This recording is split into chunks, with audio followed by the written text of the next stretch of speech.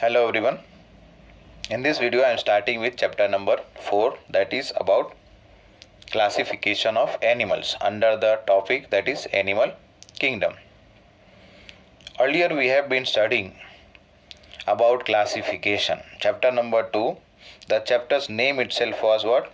Biological classification, where we learnt about different systems, and the two main systems that we have discussed was five kingdom classification as it was proposed by R.H. Whitaker, and later on three domain system that was suggested by Carl Woese. Now, according to the classification system, whether you follow five kingdom or six kingdom classification, we have to come to the last kingdom, that is animal kingdom.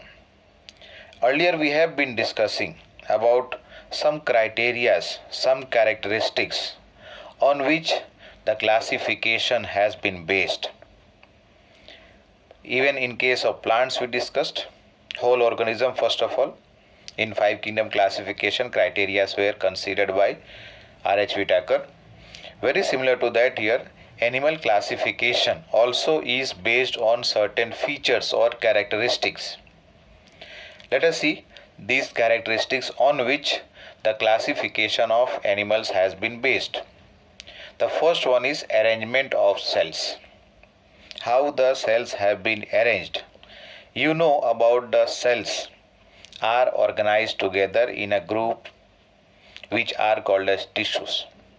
And these tissues are further organized to form organs, and later on organs are organized into organ systems. So many organ systems we are having. A complete body, a complete individual body is made up of so many systems. Here this criteria has been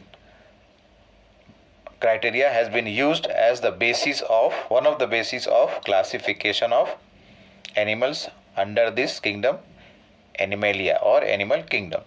Second characteristic that has been used is the body symmetry, as to how the body of an organism can be divided into two equal halves.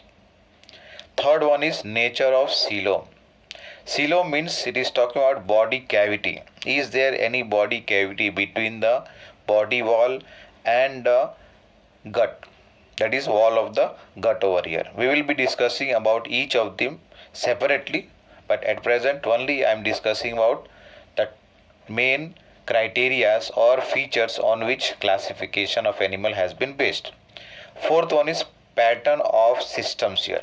Mainly the systems that we are going to discuss is about digestive system, circulatory system, and then later on reproductive system also will come. Next one is arrangement of cells in the germ layer. Means when the embryo is developing, means embryological development के time पर the cells are arranged into different layers, and based on that classification over here we will be discussing. And the last one over here, whether the organism is having presence, that is presence or absence of notochord, means whether the organism is having a notochord or it is not having a notochord, and this is generally observed during the time of embryo development, that is embryogenesis. Now one by one all these we are going to take up and discuss in little bit detail about each of them.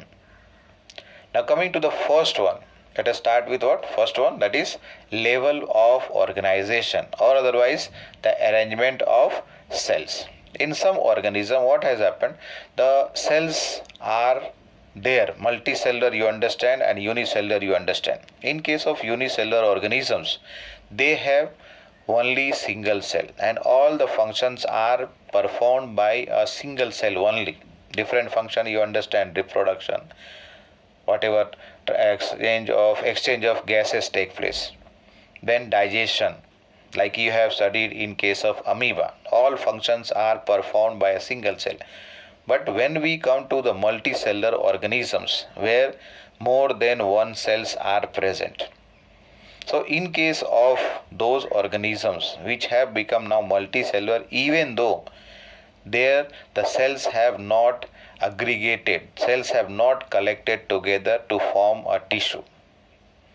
And then later on, the tissues are formed, organs are formed, and organ systems are formed. So here we will be discussing about these 4 levels. Means all the members of the kingdom Animalia or animal are first of all multicellular, and as a result of that they exhibit one of these 4 level of organization. The first level of organization is cellular level.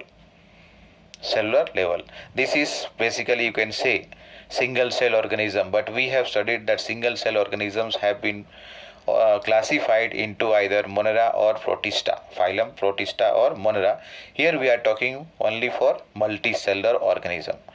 In case of Porifera, phylum Porifera, the sponges are included.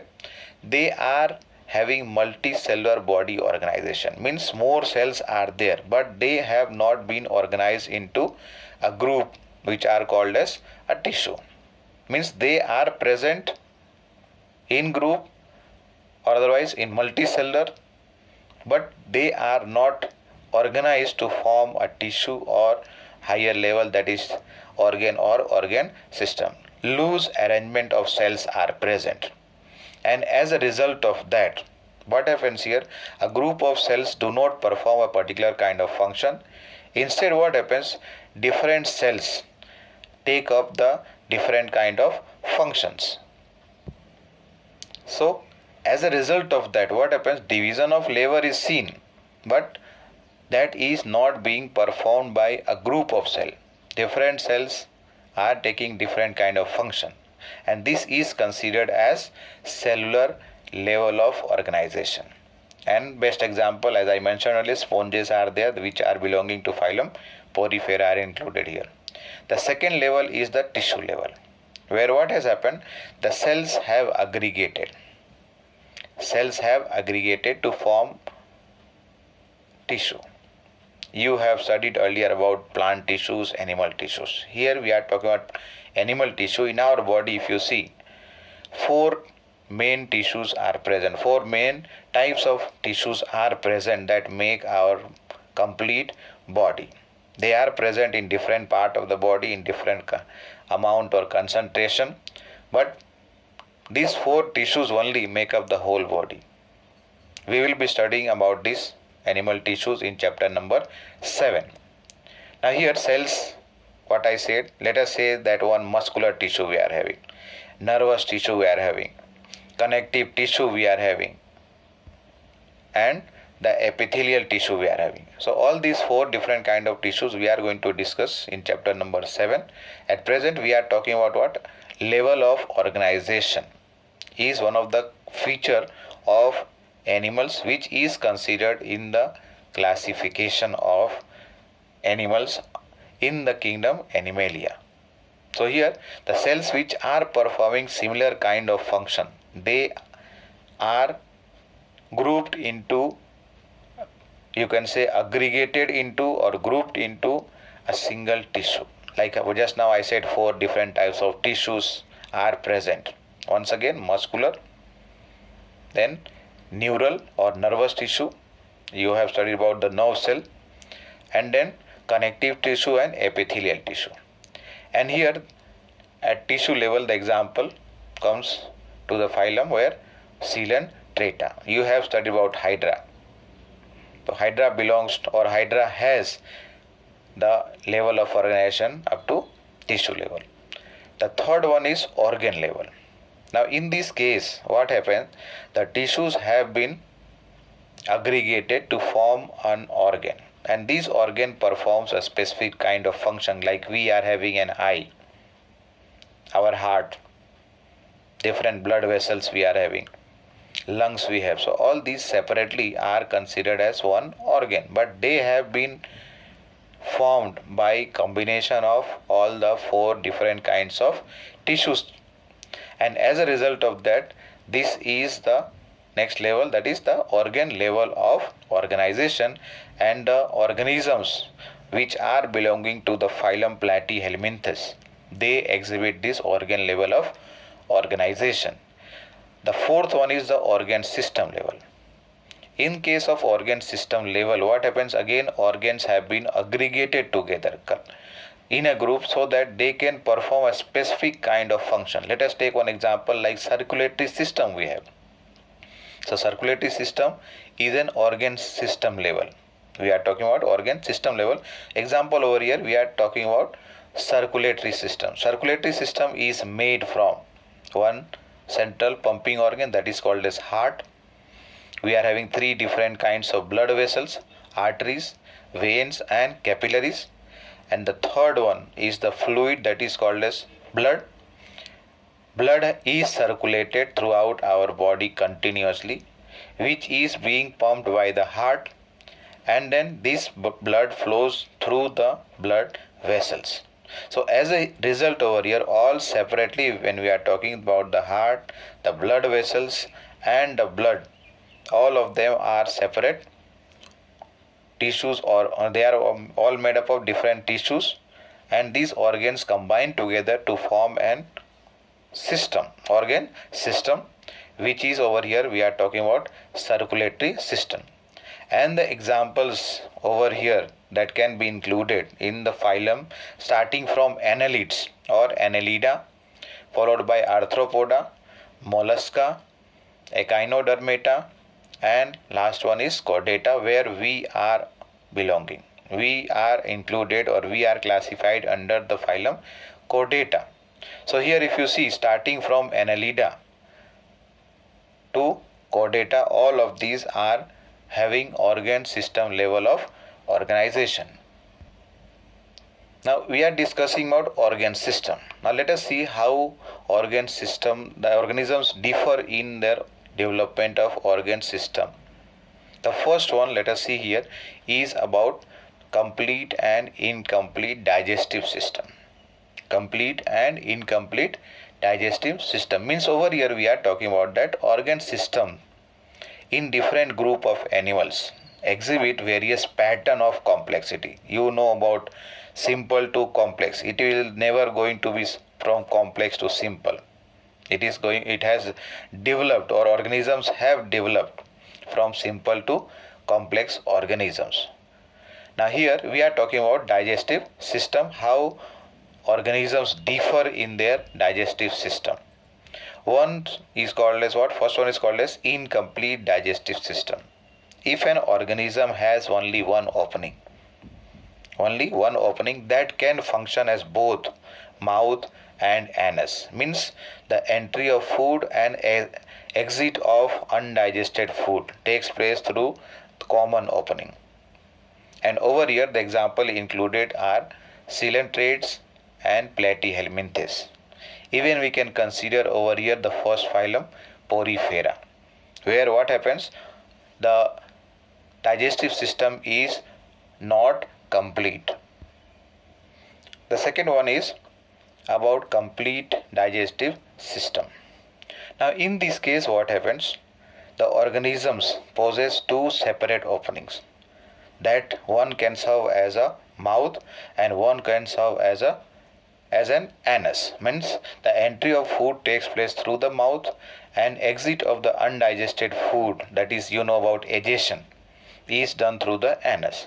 So as a result of this, what happens, the digestive system is complete here, and the phylum starting from Aschelminthes to Chordates, all of these group of organisms, or all of these organisms which are included in the phylum starting from Aschelminthes to Chordates, are having complete digestive system. Now let's see the second one about circulatory system. Circulatory system are of two types: open circulatory system and closed circulatory system. In case of open circulatory system, what happens here, that the organisms are having sinuses which are called as blood sinuses. So what happens, the blood is transported with the help of, let us say, artery, and then it is brought back with the help of veins over here, artery and veins, and in between there should be presence of capillary. What we are talking here, central organ is there, central pumping organ, that is called as heart is present. This pumps the blood, and the blood is circulated to the different systems with the help of artery. And then inside the organ, the blood is being distributed through capillaries. Very fine capillaries are present. Means artery divides into smaller branches called as arteriole. These arteriole further divides into minute or very thin walled capillary. And through these capillaries, substances are distributed to the different part of the organ or otherwise the system. Later on what happens, this capillary starts rejoining, and it is called as over here as venule. Later on again venules join together, many venules join together and form the veins, and veins bring back the blood to the heart.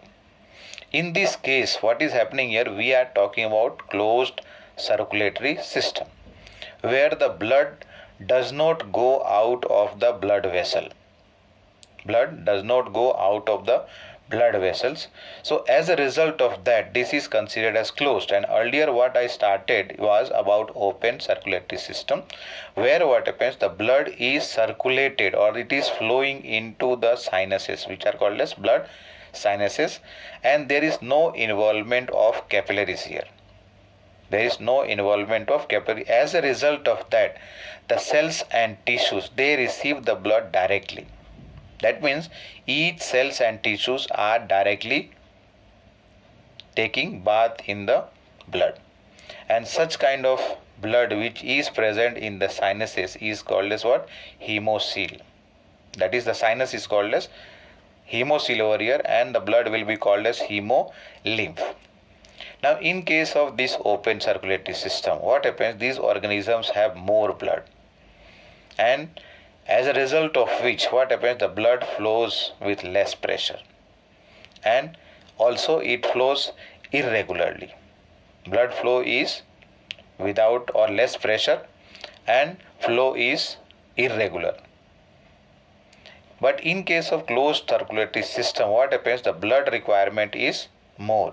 Blood flows faster because the blood is being pumped with pressure, means the blood flows faster with more pressure, and as a result of which what happens here, regularity is maintained, means regularly the blood keeps on flowing from that also in one direction only. It is not that the arteries are going to bring back the blood also.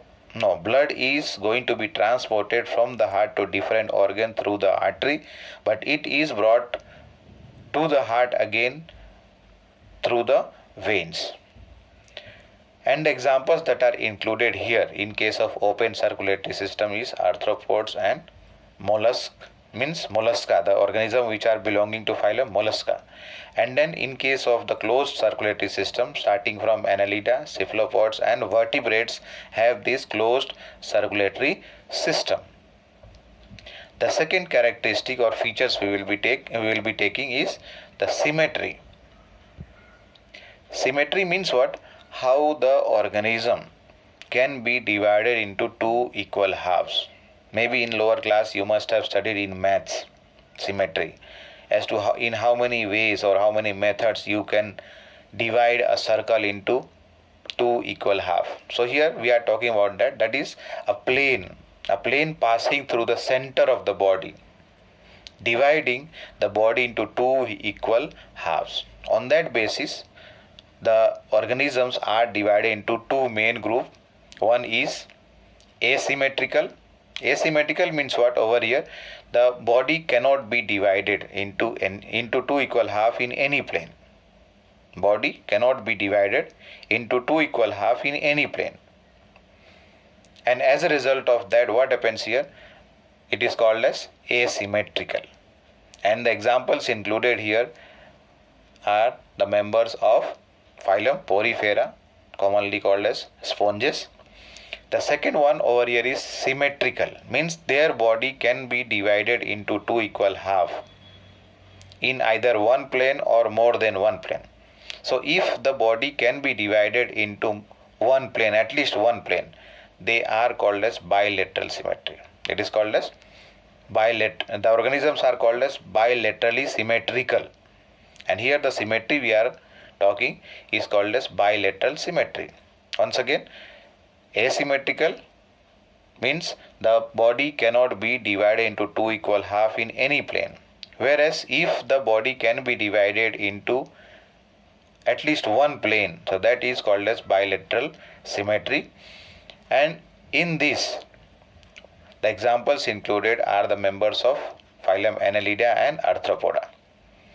And the second type under this symmetrical is called as radial, where what happens, the body of an organism can be divided into two equal half in more than one plane. And so the symmetry is called as radial symmetry, and the organisms will be called as radially symmetrical. And the examples included are the members of phylum Coelenterata, Ctenophora and Echinodermata. Over here, the example, like figure how it can be represented here. Bilateral symmetry. This can be divided into two equal half left and right side only in one plane. So it is called as bilateral symmetry. Whereas if you see this one, at least two planes you are able to see. Means the organism can be divided, the body can be divided into two halves in two planes. So more than one plane means it becomes here radially symmetrical, or otherwise radial symmetry. So that was about the symmetry. The next one is the third one, that is germ layer. This I will include in the next video. Thank you.